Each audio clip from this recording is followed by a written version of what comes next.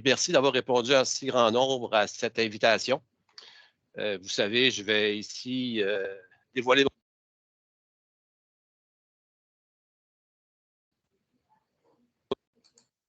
Dans son classique de 1974, musicien parmi tant d'autres, Harmonium se demandait où est allé tout ce monde. Voilà une question qui est plus que jamais d'actualité pour bien des spécialistes en recrutement. Même si on était conscient que la démographie n'était pas à notre faveur, personne ne pensait que la pénurie de main-d'œuvre serait si importante. Le service des stages et du développement professionnel a demandé à l'économiste chargé de cours à l'école de gestion, David Dupuis, de tenter des explications. David nous présente aujourd'hui un portrait réaliste de la situation, basé sur une analyse des dernières données disponibles et des milliers d'offres de stages reçues par le service des stages et du développement professionnel. Ces conclusions, lucides, mais pas très joyeuses, vont nous éclairer pour la suite des choses. Donc, sans plus tarder, je laisse David nous raconter l'histoire de où est allé tout ce monde. À toi, David. Merci, Alain. Écoutez, c'est toujours agréable d'être là puis de discuter aux gens des problématiques économiques ou des bons comme des mauvais coups. Donc, aujourd'hui, moi qui est un individu qui aime beaucoup la musique. Je suis un peu mélomane par les bords, donc je n'ai pas juste l'économique derrière ma cravate que j'arbore fièrement aujourd'hui. Je me suis basé un petit peu sur Ça marche? Sur la musique, en fait, la musique québécoise, pour me poser la question que je trouvais très probante en ce moment, mais où sont allés tout ce beau monde-là? Depuis le début de la pandémie, on a l'impression que, bon, évidemment, beaucoup de chômage, beaucoup de gens ont été mis à pied pendant le gros moment de la pandémie. Mais on n'avait pas l'impression qu'il y avait autant de pression sur le marché du travail là, en février 2020 quand la pandémie a frappé. Puis on se pose la question aujourd'hui, mais mon Dieu, qu'est-ce qui se passe? Puis, dans quelle direction, dans le fond, le marché du travail québécois s'en va actuellement? Donc, je voudrais prendre peut-être une petite demi-heure avec vous là, pour regarder ça, faire l'état des lieux, puis répondre en fait à cette question-là. Mais est-ce que, bref, les gens sont allés quelque part? Qu'est-ce qui se passe au Québec? Puis pourquoi, présentement, on semble vivre tant de pression? Donc, on va débuter tout ça avec l'état des lieux. Donc, un petit regard sur le marché du travail post-pandémique, puis on va tenter de répondre un peu plus directement par la suite à notre question. Donc, voilà. Ce qui est important de prendre en compte dès le départ, c'est que l'emploi est revenu au niveau pré-pandémique, puis ça fait déjà plus qu'un an. Donc, vous l'aurez probablement remarqué comme employeur, comme spécialiste en recrutement, les niveaux d'emploi qu'on observe actuellement sont des niveaux qui sont légèrement plus élevés que ce qu'on avait déjà en février 2020. Donc, évidemment, le gros repli pendant la pandémie et les chiffres présentement, depuis plus d'un an, là, sont de retour au niveau. Et là, on se pose la question, oui, mais quel genre de job on crée, en fait? Est-ce que c'est des jobs à temps partiel qu'on observe? Est-ce que c'est des jobs qui sont peu payantes? Qu'est-ce qu'on observe, en fait, du côté de ces jobs-là? On voit tout de suite ici, en haut du graphique, que, bon, la progression entre février et octobre 2020 au niveau de l'emploi total, là, presque 7 % plus d'emplois. La majorité, en fait, plus que la majorité de ces emplois-là sont des emplois à temps plein. Donc, c'est du beau travail, c'est de la grosse job qu'on crée, pas de la petite job. Une autre façon de valider ça dans les données actuellement, c'est de diviser les données en fonction des niveaux de salaire au niveau des postes que l'on crée. Puis encore une fois, si on fait la découpe là, entre ce qu'on observait dans la réalité québécoise,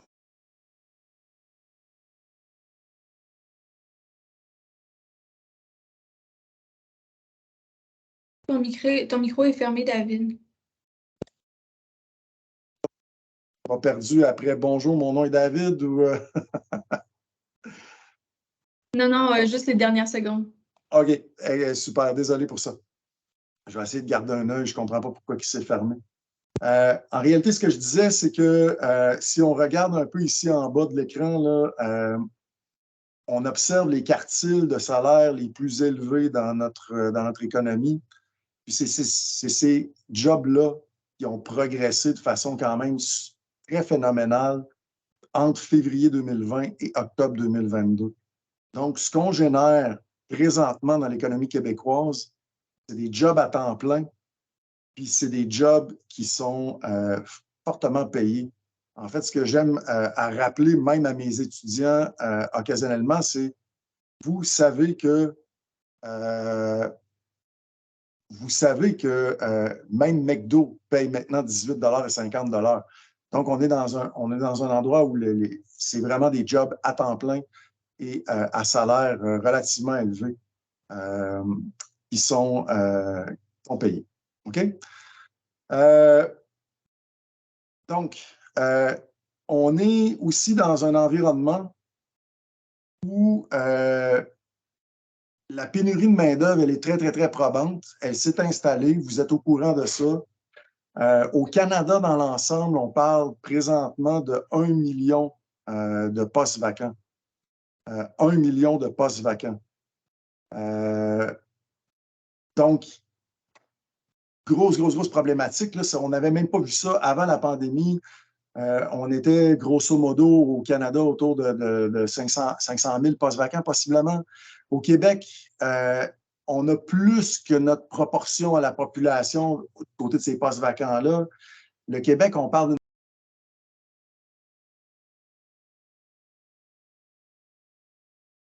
C'est encore désactivé. Donc, 25 de postes vacants pour l'ensemble du Québec. On parle d'environ à peu près 250 000 postes vacants à combler. Puis là, la question à se poser, bien, où est-ce qu'on prendrait bien ce monde-là pour combler, dans le fond, les attentes au niveau des postes. La pression est non seulement forte du côté de la quantité de postes vacants, mais ce qu'on observe aussi qui est une bonne / mauvaise nouvelle, ça dépend de comment on veut se placer, ce n'est pas que des postes en usine. Tu sais, on entend souvent parler que oui, on sait, la pression est très, très forte au niveau de la fabrication, la pression est très, très forte au niveau du secteur de la construction.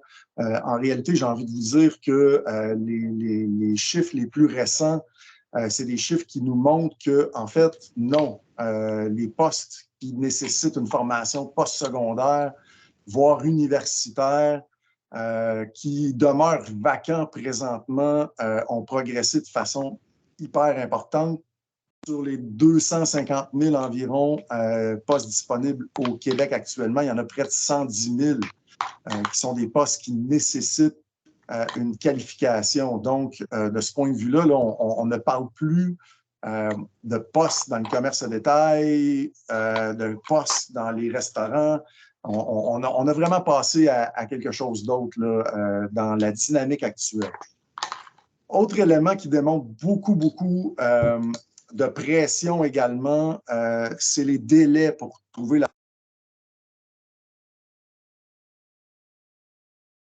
Encore sur mute. Il n'arrête pas de se mettre sur mute. Les délais depuis la fin 2020 ont littéralement explosé. Si on regarde ici les données que je présente, au deuxième trimestre de 2022, ça prenait la majorité des postes, j'ai envie de vous dire, plus de 50 % des postes prennent au-delà de 60 jours à se combler au Québec. Et les postes qui prennent plus de 120 jours, là, si vous regardez le gris pâle sur l'écran, depuis la fin 2020, là, ça a explosé. Donc, on est vraiment dans une situation où la pression elle est importante. On me demandait aussi du côté du service des stages de dire, bien, écoutez, nous, la majorité de nos employeurs au service des stages sont sur l'axe Montréal, Montérégie, Estrie. Donc, on peut-tu avoir aussi une vision sur l'axe Montréal, Montérégie, Estrie? J'ai envie de vous dire que si je me concentre sur Montérégie, Estrie, vous allez prendre tout ce que je vais dire aujourd'hui, puis vous allez ajouter une coche de « ça va être pire ». Donc, en réalité, là, si je regarde la coche Montérégie-Estrie, on va dire que ça va être pire. Montréal est une région un peu particulière. Montréal, si vous avez remarqué, si vous êtes près des données, Montréal a toujours un niveau de chômage un peu plus élevé que la moyenne. Montréal a toujours semble un bassin donc de chômeurs un peu plus important. Puis la raison est relativement simple à expliquer. Montréal attire beaucoup de gens parce qu'on se dit qu'à Montréal, la quantité de postes disponibles va être intéressante. Puis va être intéressante pour un bassin suffisamment large, une classe suffisamment large de travail, d'emploi, que Montréal a comme centre dynamique, de la dynamique économique québécoise. Candidat, candidate. OK? Donc, prudence de ce côté-là. Ceci dit, pire en Estrie, pire en Montérégie par rapport à ce que je vais dire. En Estrie, les dernières données nous disaient, données d'octobre qui émanaient de Statistique Canada, nous disaient que, par exemple, le taux de chômage à Sherbrooke était de 2,6 % et Statistique Canada, du même souffle, nous disait que c'était le plus bas taux de chômage au Canada. Donc, on est vraiment dans un endroit où il y a énormément de pression de ce côté-là. OK? Autre chose, Estrie-Montérégie, particulièrement probant en Estrie. On va avoir la chance d'en reparler un petit peu plus, de façon un peu plus importante aujourd'hui. La population vieillit plus rapidement en Estrie. Donc, de façon générale, là, par exemple, la population de l'Estrie qui aurait dépassé l'âge vénérable de 65 ans est d'environ 24 % au moment où on se parle. À Montréal, on parle de 17,1 %, donc il y a quand même un 7 points de pourcentage différent de ce côté-là. OK? Donc, la question d'entrée de jeu était où est allé tout ce monde-là? Donc, j'ai 250 000 postes à combler au Québec présentement. La question, c'est dans quel bassin que je vais aller piger pour récupérer. On se disait tout au début de la pandémie ou pendant la pandémie, les premiers étés pandémiques où la PCU, PCRE était disponible pour les travailleurs, on se dit, c'est relativement simple, les gens sur la PCU, PCRE vont réapparaître éventuellement, le marché du travail va se restabiliser, puis on va pouvoir combler nos postes. En réalité, j'ai envie de vous dire que ce temps-là est fini. Là. On sait tous le gap, en fait, que j'avais dans ce graphique-là, ici, ça, c'est le graphique des prestataires d'assurance-emploi pour le Québec. On voit tout que le gap qui était ici a été rempli, évidemment, par la PCRU, PCRE. On a eu, au Québec, dans l'ensemble, tout près de 400 000 demandeurs uniques. Et donc, ces gens-là, évidemment, quand ils sont sur ces prestations-là, ne sont peut-être pas présents sur le marché du travail, mais c'est une situation qui était déjà terminée au début de l'année 2021. Bon, les gens sur les programmes sont retournés de façon naturelle sur les programmes standards de prestations d'assurance-emploi. On s'entend tous et toutes. Ceci dit, au moment où on se parle, au Québec, il y a environ 110 000 prestataires d'assurance-emploi. Nous étions à 108 000 avant la pandémie. Donc, si on pense qu'on va récupérer de façon importante un certain nombre de travailleurs éventuellement dans le bassin des gens sur la prestation d'assurance-emploi, j'ai envie de vous dire, il va falloir y repenser parce que ce marché-là est déjà d'entrée de jeu normalisé. Une autre façon de le voir, c'est de regarder aussi la dynamique du taux de chômage. Et le taux de chômage au Québec est parmi les taux de chômage les plus faibles au Canada. On regarde ici que la tendance depuis 2020 jusqu'à 2022, ici, évidemment, là, le Québec est en bleu et son taux de chômage lors des dernières publications à 4,1 %. C'est un des taux de chômage les plus faibles au Canada. Donc, dans cette optique-là, si je me fie maintenant à la base de données de Statistique Canada pour le chômage, il y aurait environ 188 000 chômeurs au sens de Statistique Canada au Québec. Ce n'est même pas suffisant pour combler les 250 000 postes qui sont vacants actuellement. Donc, évidemment, il y a cet enjeu. Il n'y a pas suffisamment d'individus présentement, même dans les bassins, soit de prestations au niveau d'assurance-emploi ou les bassins de chômeurs au sens de Statistique Canada. Et évidemment, nul besoin là, de vous rappeler que ces deux bases de données-là ne se parlent pas nécessairement. Là, donc, prudence ici dans l'interprétation des données. Alors là, on se dit, OK, ça pourrait être quoi notre porte de sortie? On pourrait, et on entend beaucoup dans les médias, on a dit, écoutez, on va tenter de travailler sur les 55 ans et plus, tenter de maintenir ces gens-là en emploi le plus longtemps possible. Donc, ça pourrait être notre stratégie. Stratégie que, en passant, on a utilisée, en fait, depuis une vingtaine d'années déjà, depuis plus de 20 ans.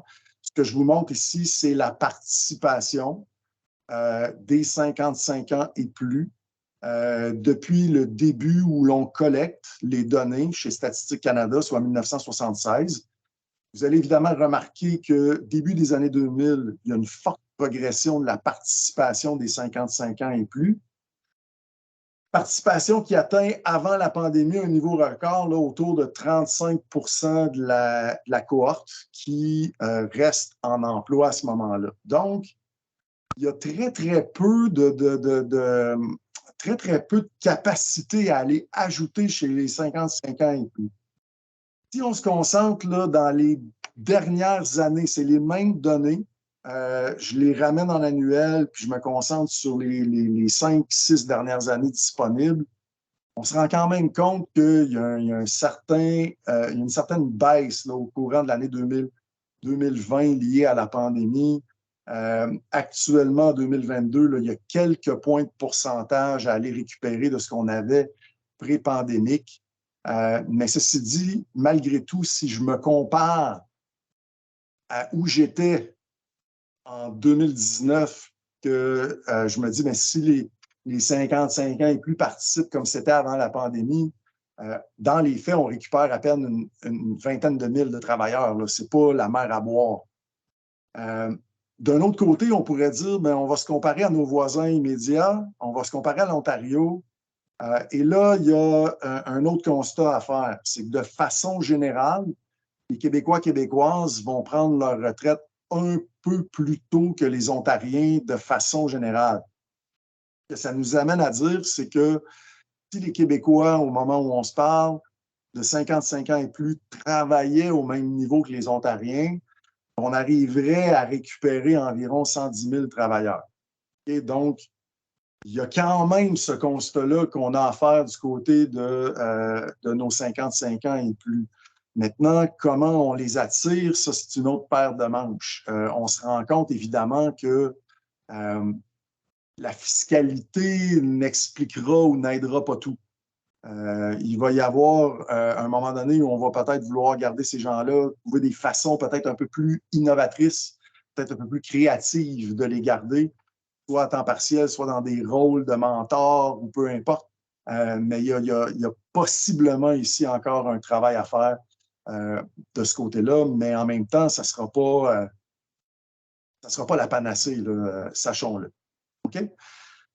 Donc, si ce n'est pas à un bout du spectre, chez les gens les plus âgés qu'on peut s'attendre à trouver notre main-d'œuvre, ben on va se poser des questions à l'autre bout du spectre. Est-ce que c'est les jeunes, en fait? En réalité, ce qu'on entend souvent, on n'a pas besoin de se déplacer beaucoup pour dire « Ouais, mais c'est clair, les jeunes ne travaillent pas. » Fait que c'est ça le problème, hein? Les jeunes ne travaillent pas. En réalité, là, ce qu'on a fait, c'est que je me suis intéressé à la question. Est-ce que les jeunes travaillent, en fait? On en est où? Et là, il y a plusieurs façons d'aller valider ça. Puis la première, c'est de regarder littéralement dans la cohorte des 15-24 ans, quel est le taux d'activité de cette population-là au Québec, puis de comparer ça avec les autres populations, la moyenne canadienne, ou le voisin immédiat qui est l'Ontario, ou par exemple la Colombie-Britannique, qui est également une province dans laquelle les pénuries de main-d'œuvre sont plus importantes que la moyenne canadienne. En réalité, je vous le donne en mille, là, les jeunes Québécois travaillent. Ils travaillent plus que la moyenne canadienne, travaillent éminemment plus que les Ontariens, les jeunes Ontariens, puis travaillent aussi davantage que les Britannico-Colombiens, qui sont une autre province avec laquelle il y a des enjeux. Là, on se dit, ben, OK, d'abord, nous, c'est parce qu'on a envoyé tous nos étudiants aux études, là, puis les étudiants aux études, ben, travaillent moins que les autres. Donc, peut-être qu'une autre question pour se poser, voir qu'est-ce qu'il y en est du côté des étudiants québécois, ceux qui sont à temps plein. Est-ce qu'eux travaillent par rapport à leurs homologues canadiens? Ben, la réponse, elle est que même du côté des étudiants, ils travaillent davantage que la moyenne canadienne, davantage que les Ontariens, davantage que les Britannico-Colombiens. Puis même pendant qu'ils sont aux études, il y a 55 des étudiants à temps plein au poste secondaire au Québec qui travaillent au moment où on se parle, à temps partiel ou à temps plein l'été pendant le congé d'école. Et là, la question qu'on se pose, ben là, attends un peu, là, ça se peut pas. Tu me dis que les étudiants québécois travaillent, mais on les voit pas de nulle part. Ben, si les jeunes travaillent, il est où le problème? Ben, le problème, c'est qu'il n'y en a pas de jeunes. Il est là le problème. Donc, c'est pas qu'ils ne travaillent pas. En fait, ils travaillent plus que la moyenne, mais en réalité, depuis déjà quelques années, on a un problème avec la cohorte. On a un problème avec la cohorte des 15-24. Le graphique que je vous présente ici est un graphique qui est hyper parlant, puis il est parlant pour nous dans les écoles aussi, dans le sens que nous, on se pose la question, ben, il va-t-il y avoir des jeunes dans mon programme universitaire dans les prochaines années? Dans le fond, j'ai fait ce graphique-là au départ en me disant, ben, il va-t-il y avoir des jeunes sur mes bancs d'école? Ensuite, mes collègues qui enseignent à la maîtrise au doctorat sont venus me voir et m'ont dit, ben, écoute, il va-t-il y avoir des gens dans mes programmes de deuxième cycle, troisième cycle? Puis après ça, ben, on peut se dire, ben là, il va-t-il y avoir du monde qui va travailler? Parce qu'en réalité, là, c'est une séquence, évidemment, qui est logique ici, là. La façon de lire le graphique, c'est que la ligne bleue représente la cohorte cumulative puis historique des 15-24 ans. Donc, c'est pas compliqué. Là, chaque point sur la ligne bleue, c'est en 2017, voici le nombre d'individus dans la cohorte des 15-24 ans. Puis, je projette ça dans l'avenir. Les lignes pointillées, c'est une projection sur la base des données qu'on a actuellement, parce qu'on sait très bien que les 15 ans aujourd'hui vont finir par avoir 24 ans. Là, c'est ça l'enjeu. La ligne rouge, c'est le Canada. Et là, ce qu'on observe, c'est évidemment, là, déjà au Québec, à partir du début des années 2010, 2011, 2012, il y a eu une baisse tendancielle de la taille de la cohorte des 15-24. Puis, plus récemment, 2019-2020, il y a eu une stabilisation. Là, on s'est dit, OK, ben, on est sorti du bois. Réponse, non, pas vraiment. En réalité, si on se projette devant nous, là, il y a un désert démographique qui s'en vient pour nous. Ce désert-là représente environ 110 000 jeunes en moins au cours des 8 prochaines années. Pour vous donner une idée, le 110 000 jeunes en moins au cours des 8 prochaines années, c'est à peu près, c'est un petit peu plus qu'une année complète de naissance pour le Québec. Une année complète de naissance, récemment, là, on est dans le 80 à 90 000 naissances. Donc, dans les 8 prochaines années, il manque une année complète de jeunes. Ils ne sont pas là pour nous. Ça veut dire quoi? Ils vont d'abord, évidemment, passer dans nos cégeps. Ils vont ensuite, évidemment, passer dans nos universités. Ils vont ensuite apparaître devant vous pour le travail. Mais ces gens-là ne seront pas au rendez-vous. Donc, cherchez-les pas, ils ne sont pas là. Ça veut dire pour nous, quand on se met à regarder les taux de renouvellement, le taux de renouvellement de la main-d'œuvre, et ça, c'est grosso modo, là, combien de jeunes de 20-29 ans sont prêts à entrer sur le marché du travail au moment où il y a une centaine de retraités potentiels qui, eux, pourraient prendre leur retraite. Donc, on parle des gens de la cohorte des 55-64. Au Québec, en 2001, ça ne fait pas 100 ans, là, en 2001, 129 jeunes de la cohorte de 2029 qui étaient prêts à remplacer 100 retraités qui potentiellement pourraient quitter. Au même moment, au Canada, on parlait de 143 jeunes pour la moyenne totale canadienne. Donc, on voit que déjà le Québec est en déficit par rapport à l'ensemble du Canada. En 2021, l'année dernière, on parle de 83 jeunes au Québec qui sont prêts, dans la cohorte des 2029, à remplacer 100 personnes qui pourraient potentiellement prendre leur retraite. On s'entend que là, il vient d'y avoir un renversement majeur du point de vue du taux de renouvellement de la main-d'œuvre. Le Canada s'en tire un peu mieux avec 96. Okay? Donc, globalement, on n'a même pas un taux de renouvellement de 1 pour 1, même au niveau du Canada, puis le Québec fait pire. Maintenant, la question pour vous, la question qui tue, ça s'en va vers quoi, ça? Quelqu'un qui voudrait savoir analyserait le marché du travail japonais. Parce que la population qui vieillit le plus vite au monde, c'est la population japonaise. Puis, by the way, la deuxième, c'est la population québécoise. Donc, si vous avez avoir une idée de qu'est-ce que ça nous prend, il faut regarder ce qui se passe un peu du côté des Japonais. Évidemment, cette pression-là de la main-d'œuvre, le manque de jeunes, on s'en ressent même à l'université. Au service des stages, là, on le voit de façon impressionnante en 2 années seulement. Et là, je pourrais creuser davantage ces données-là parce qu'on en a sur l'ensemble de nos programmes, là, mais j'ai sorti ceux qui étaient le plus intéressant, le plus pertinent. Ça, c'est le nombre de stages affichés par élève en moyenne annuelle. Okay? Donc, si je regarde là, en haut à gauche, 2020, j'avais 4 stages en informatique pour chaque élève que j'avais sur mes bancs d'école.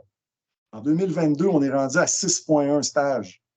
En sciences, on passe de 3,6 à 5,5. En communication, de 2,5 à 4,1. Là, vous voyez aller la chose. Là. Je me suis senti obligé de mettre économique là, parce que c'est mon département. 3,3 stages en économique en 2020 par élève. On passe à 7,8, presque 8 stages par élève. Ça vous donne une idée là, de la pression qu'il y a sur nos étudiants présentement. Avec ça en tête, j'ai envie de vous dire, soyons prudents avec ces gens-là.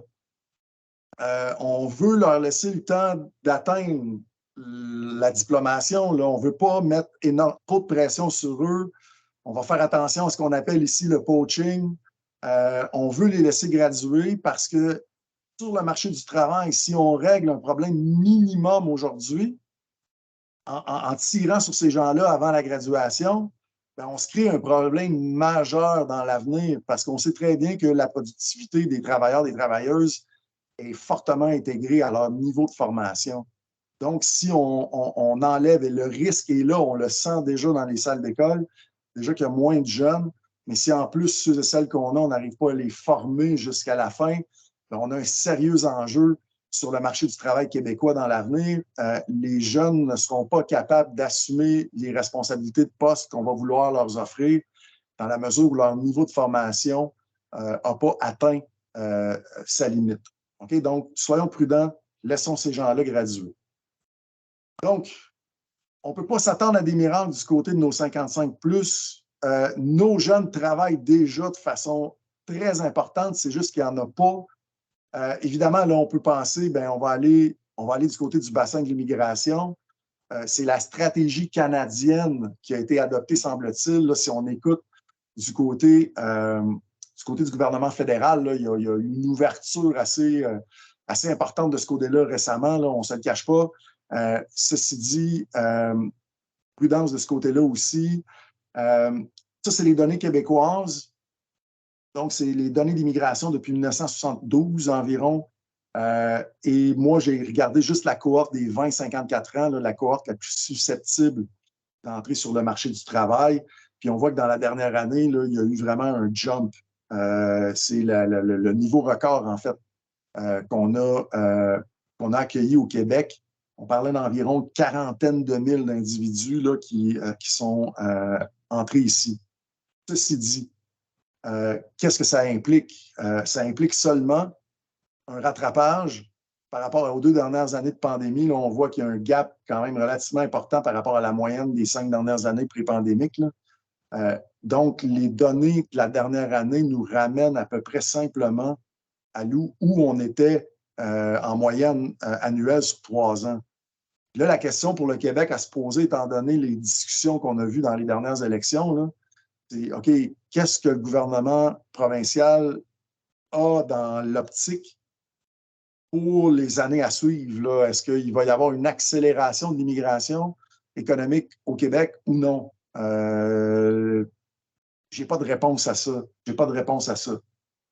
Ceci dit, il faut quand même demeurer très prudent parce que l'immigration, ce n'est pas nécessairement une panacée. Il faut aussi se rappeler qu'un néo-travailleur, c'est un néo-consommateur. Donc, néo-travailleur devient néo-consommateur. Puis là, la question à se poser, c'est, OK, oui, c'est vrai que si j'amène quelqu'un ici, il va combler des postes dans des endroits où on en a besoin.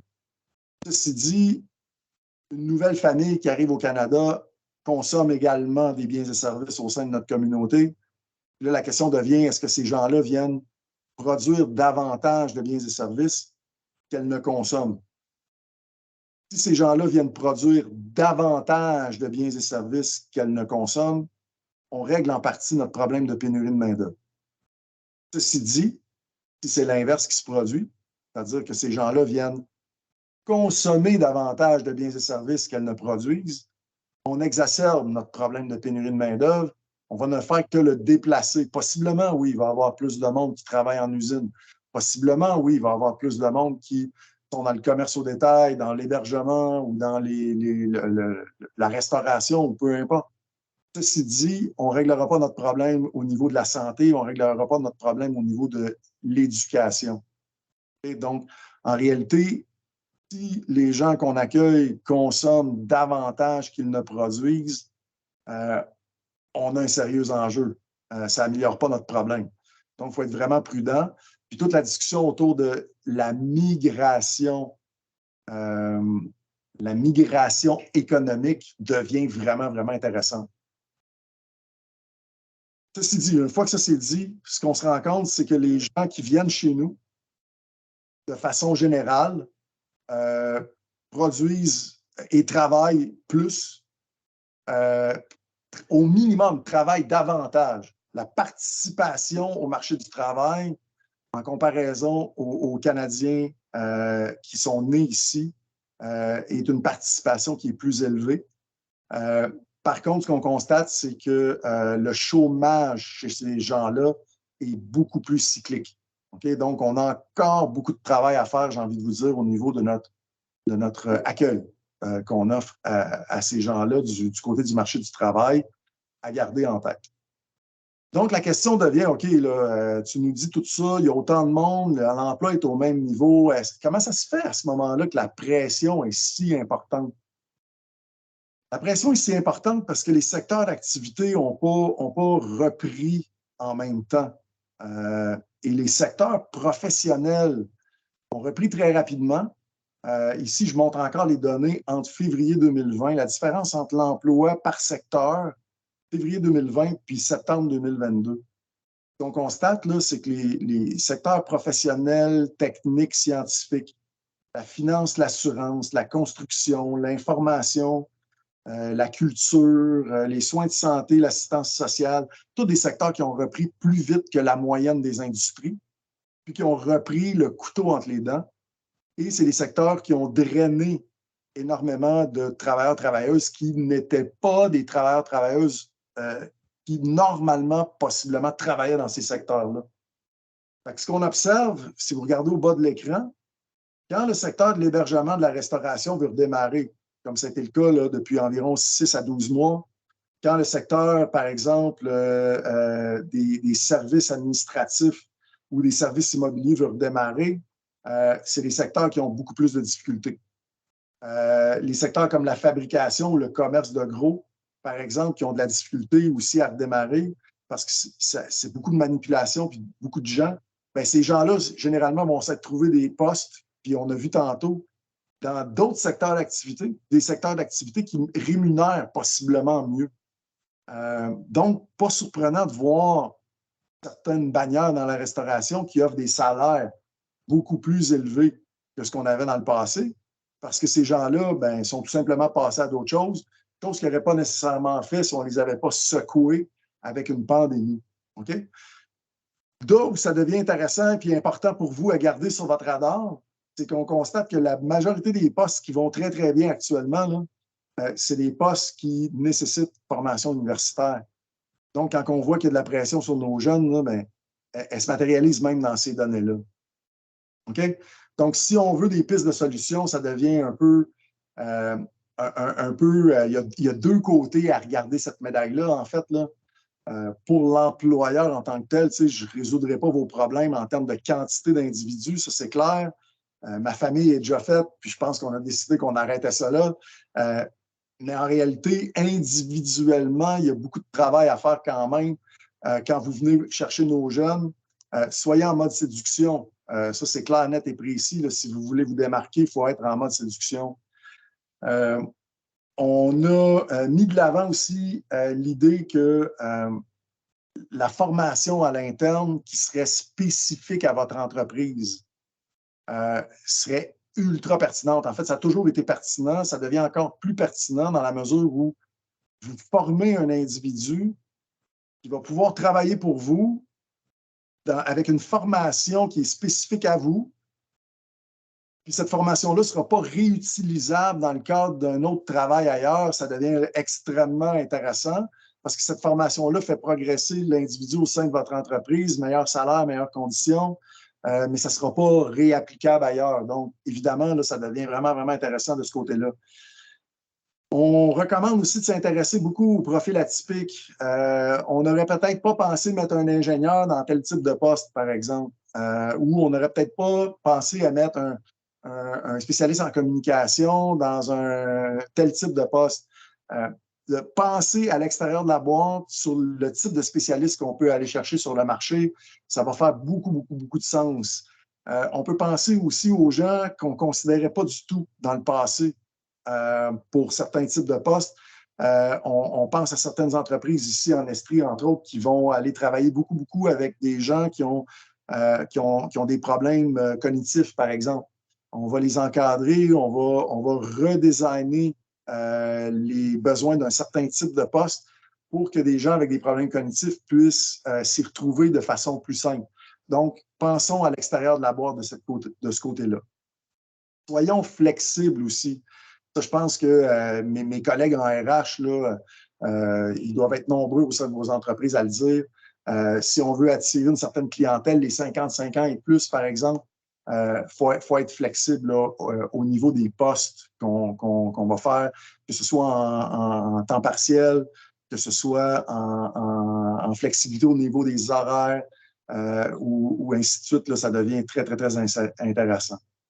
Côté technique, je pense que notre gouvernement a compris au Québec, puis on est là-dessus depuis une dizaine d'années, à mon sens, là. Il faut aussi réfléchir à l'automatisation, la robotisation, la mécanisation de certains types de postes, là. Je pense qu'on ne s'en sort pas. Les entreprises qui, au cours des 10 prochaines années, vont avoir un certain succès, c'est les entreprises qui vont arriver à trouver des nouvelles façons de faire qui ne demandent pas autant de main-d'œuvre. Donc, on doit vraiment, vraiment avoir le regard de ce côté-là pour les pistes de solutions. Donc, innovons. Et innovons, occasionnellement, veut dire trouvons de nouvelles façons plus novatrices d'organiser le travail.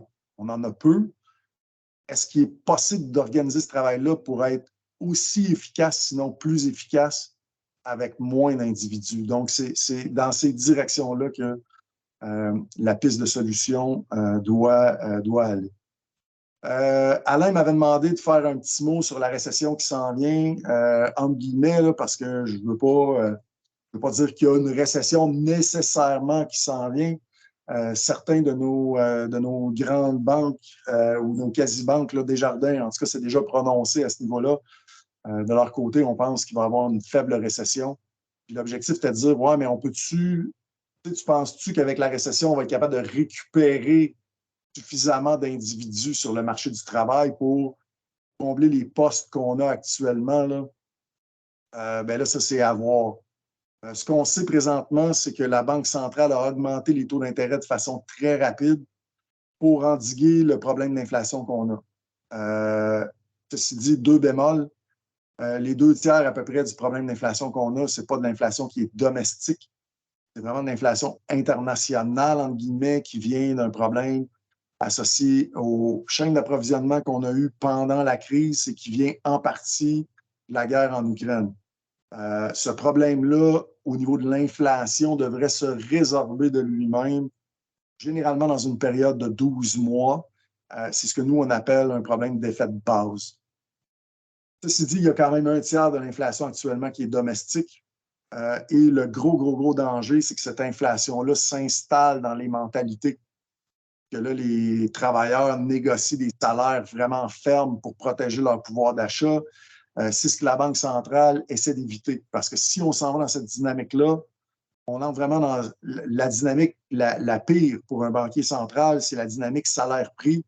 L'un relance l'autre. Et là, on reste coincé dans un cercle vicieux où l'inflation reste élevée parce qu'elle est nourrie par les augmentations salariales et les augmentations salariales restent élevées parce qu'elle est nourrie par l'inflation. C'est ce que la Banque centrale souhaite en augmentant, éviter en fait, en augmentant les taux d'intérêt aussi rapidement. Puis, by the way, on n'a jamais vu une hausse de taux aussi rapide. Généralement, les hausses de taux sont graduelles. Les hausses de taux, présentement, sont efficaces, même si elles n'ont pas atteint leur plein potentiel d'efficacité. Ça demande généralement entre 18 et 24 mois avant d'atteindre le plein potentiel d'efficacité, mais la construction résidentielle a déjà reculé. Ça, on l'observe déjà. Ceci dit, j'ai envie de vous dire, c'est un problème. C'est un problème parce qu'on est en pénurie de logements également. On n'est pas juste en pénurie d'individus. Là, ma blonde n'arrête pas de me dire dans des contextes comme ça, elle dit, je ne comprends pas ton affaire, je ne comprends pas ton affaire. Je dis, il manque de monde, il manque de logements. Je dis, s'il n'y a pas de monde, les logements, ils devraient en avoir en masse. Je dis, attention, je dis, c'est pas parce qu'ils prennent leur retraite qu'ils meurent. Donc, ils ont encore besoin de leur logement, right? En réalité, les deux pénuries peuvent coïncider et cohabiter, il n'y a aucun problème. Au moment où on se parle, les ventes au détail tiennent le coup, par exemple. Donc, il reste encore un peu d'épargne du côté du consommateur. On pense que si le ralentissement se matérialise, s'il y a vraiment récession l'année prochaine, elle va être faible. Ce ne sera pas une récession à haute amplitude. Desjardins parle d'une hausse des taux de chômage au Québec de 4,1 à 5,4 5,5 %. Ce n'est pas la mer à boire. On voit tout de suite sur ce graphique-là, c'est le taux de chômage canadien historique depuis 1976. Un taux à 5,4 % au Québec, ce n'est pas ça qui va ramener plein de monde sur le marché du travail. Les calculs que j'ai faits, en fait, une progression de 4,1 à 5,4, ça ramène à peine 60 000 personnes sur le marché du travail. On pense plutôt, en fait, que les entreprises vont garder leur main-d'œuvre. Donc, ça risque d'être une récession technique avec un repli de l'activité sans qu'il y ait de repli majeur au niveau de l'emploi. Parce qu'on sait tous et toutes que c'était très, très, très difficile d'embaucher et qu'on ne veut pas avoir à revivre ça dans 6 mois, 1 an. Donc, les entreprises vont être très, très, très prudentes, là, mais il y a le temps de mettre à pied. J'imagine que vous le savez mieux que moi. Alors, ce n'est pas un portrait, comme Alain disait, qui est super rose. Où est allé tout ce monde, j'ai envie de vous dire, dans bien des cas, ils sont juste pas nés. Il y a un creux démographique qui s'en vient pour nous. Il va falloir travailler très, très fort du côté de l'embauche au cours des 10 prochaines années, j'ai envie de vous dire. Ce n'est pas un problème qui va être temporaire pour nous. Si ça passe par l'immigration, il va falloir être très, très, très proactif pour être capable d'intégrer rapidement ces gens-là dans nos entreprises de façon efficace. Le Québec fait généralement bien de ce côté-là, mais ceci dit, il y a des gens qui font mieux que nous encore. Donc, il y a du travail à faire de ce côté-là, à mon sens. J'espère que je ne vous décourage pas trop. On va essayer de les former au mieux de notre capacité, nous, ici à l'Université de Sherbrooke. Mais ceci dit, laissez-nous la chance de le faire. Puis un coup que ça va être fait, on va souhaiter le meilleur, mais le problème de pénurie de main-d'œuvre n'est pas là pour disparaître au cours des prochaines années. Alors voilà, c'est sur ça que je m'arrête. Et là, on me disait qu'il y avait possibilité de faire une petite séance de questions. Donc, je vais vous inviter peut-être à écrire vos questions dans le chat, là, puis je vais essayer de voir comment je peux gérer ça. Mon temps est quand même limité. On me disait du côté du service des stages aussi qu'on pouvait prendre peut-être les questions en note, puis peut-être de trouver une façon de faire un petit document rapide là, dans lequel on répondrait à vos questions. Alors voilà. Oui, pour rebondir sur ce que David vient de dire, là, dans le fond, on vous demande vraiment de poser vos questions dans le clavardage uniquement. Là, c'est sûr que David, lui, son temps est limité, il va devoir nous quitter bientôt, mais nous, on va récolter toutes les questions, on va en discuter avec David, puis on va vous transmettre les réponses à la suite avec l'enregistrement du webinaire. Donc, vous allez recevoir ça par courriel prochainement, là, dès que possible. Merci beaucoup pour votre participation.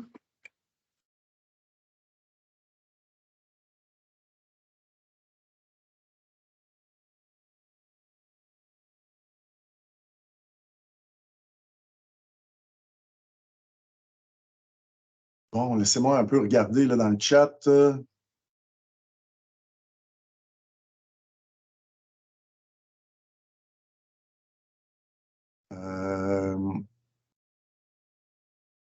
Pourquoi? Ben, en réalité, j'ai une question ici. Pourquoi le marché de l'emploi reste aussi fort malgré la montée des coûts de main-d'œuvre?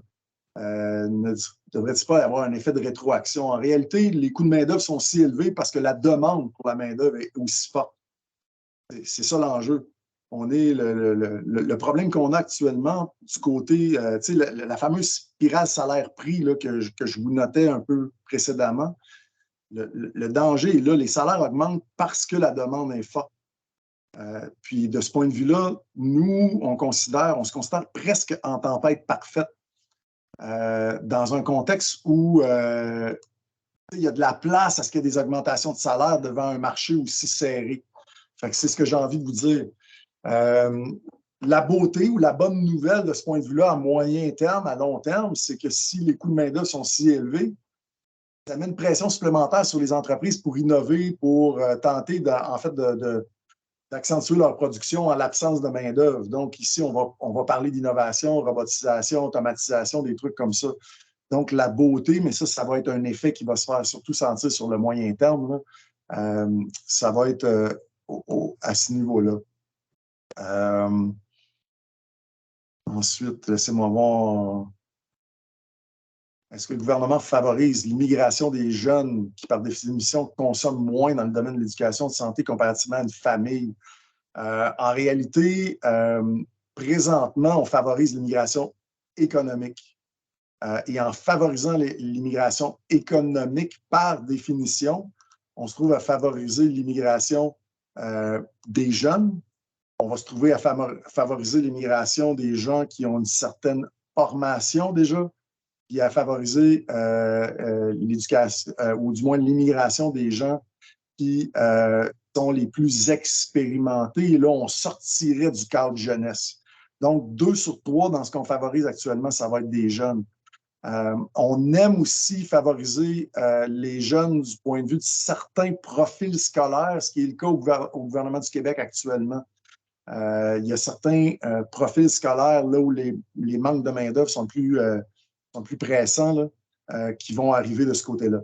Donc, oui, il y a un certain favoritisme du côté des jeunes dans le cadre actuel. J'ai envie de vous dire, essentiellement. Il est 12h20, David, si jamais. 12h20?